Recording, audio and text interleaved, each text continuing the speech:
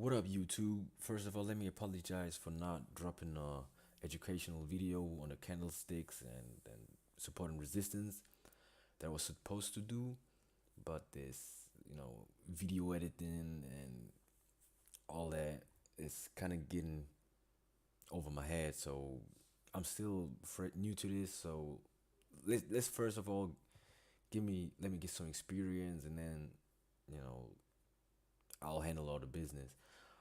So today is the weekly recap that I promised you guys. As you can see on your screen right now, September 3rd was Labor Day, so there was no market action. The markets were closed, so we had a short week. So yeah, I started the week off on September 4th on Tuesday.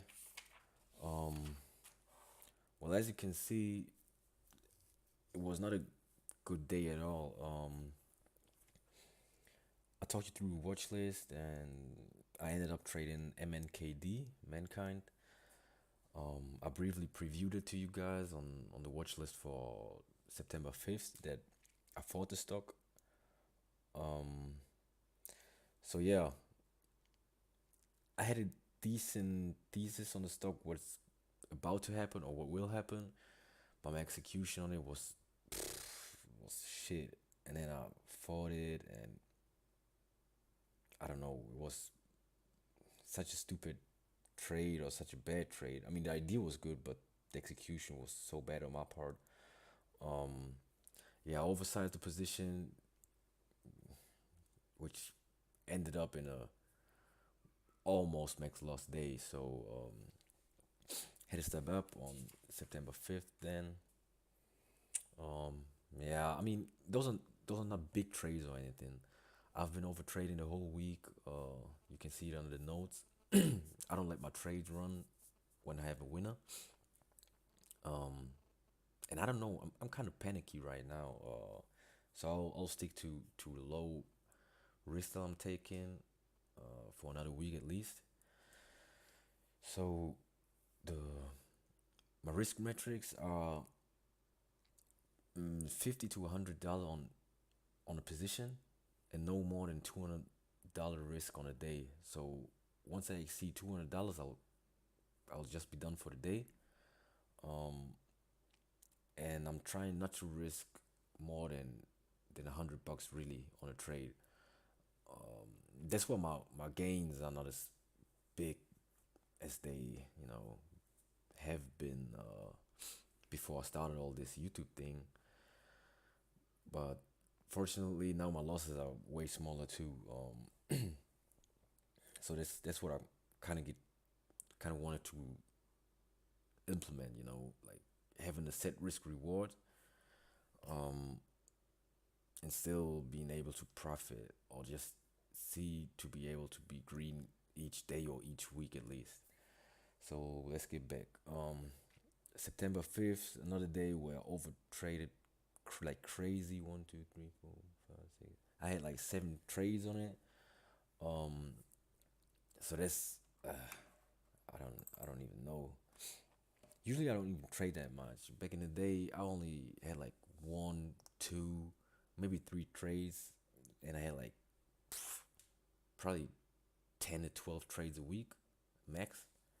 But right now, as I'm panicky. I told you, so I cut trades way too fast, and then I try to get back in because I feel more like a more effort. Um, but that's not good discipline, and at the end of the day, if I don't change it, I'll I'll get caught slipping. Um, so yeah, September 6th, that's the first day where I have a P&L for you guys. Um, so hopefully it will open up now. There you go. Okay. So hope you can see it. There's a P&L for September 6th. Well, unfortunately, there's no date in it. I just noticed, but yeah, it's the September 6th. I'll name the file. So as you can see, I was trading CVM. I mean, you can check the chart. You can check the video on my watch list. I told you I was looking for a 305 break or 306 break to take it home to like 320, 330, 350s. Um, it ended up happening, but I kind of fucked it up because I had a trade on GME, I think, um, and I'm on interactive broker, so I have to put in the whole order mask when entering and exiting and trade, and it's for me it's difficult to do it with two stocks running at the same time. And CVM had the sketchy level too, it had refreshing ask, the bits got pulled, and all that, and then I just got out for for like I wanted to get out break even, but ended up losing $6 on commissions. But it's so stupid because I could have ended up making like $200 to $300 at least, and that's the worst part. If you nail trades on the watch list, but you cannot execute those trades as you wish you would like, as you wish you could do, you know. So that's September 6th, which put me back like put me up. I don't even know, probably $140. So this right here is my account size. So I'm trading a 21,000 or 22,000 euro account. I grew it to like 25,000 back in June or July, but then I ended up gave it all back because I had no discipline left whatsoever. So that's the reason why I started all this YouTube thing now. So as you can see now, it has 149 bucks plus in it since the first initial payment. Let's call it payment.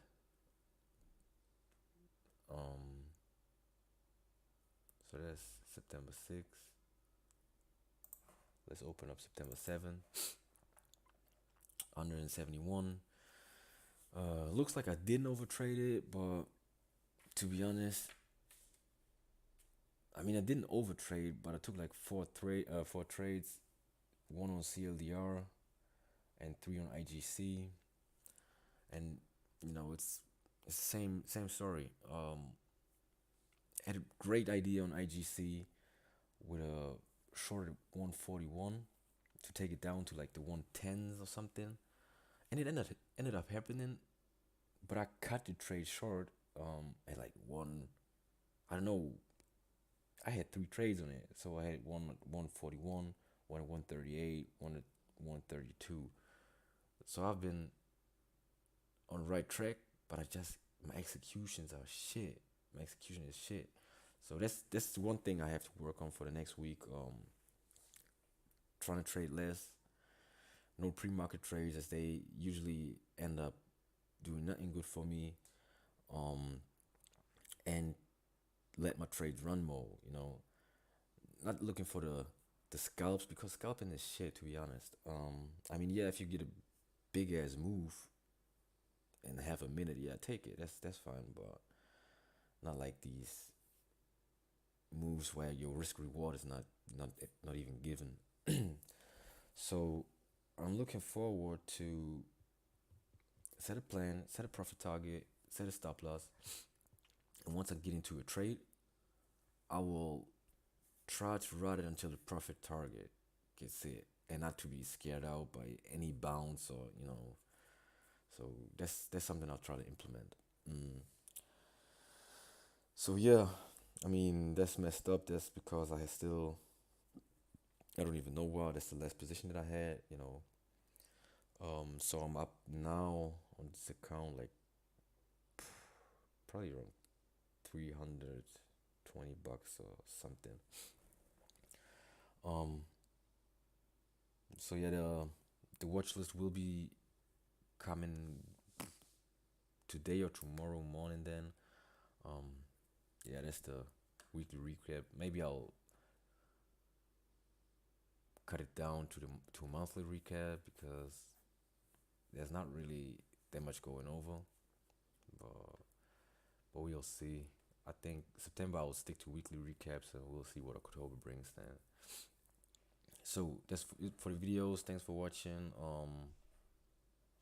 And I wish you a good and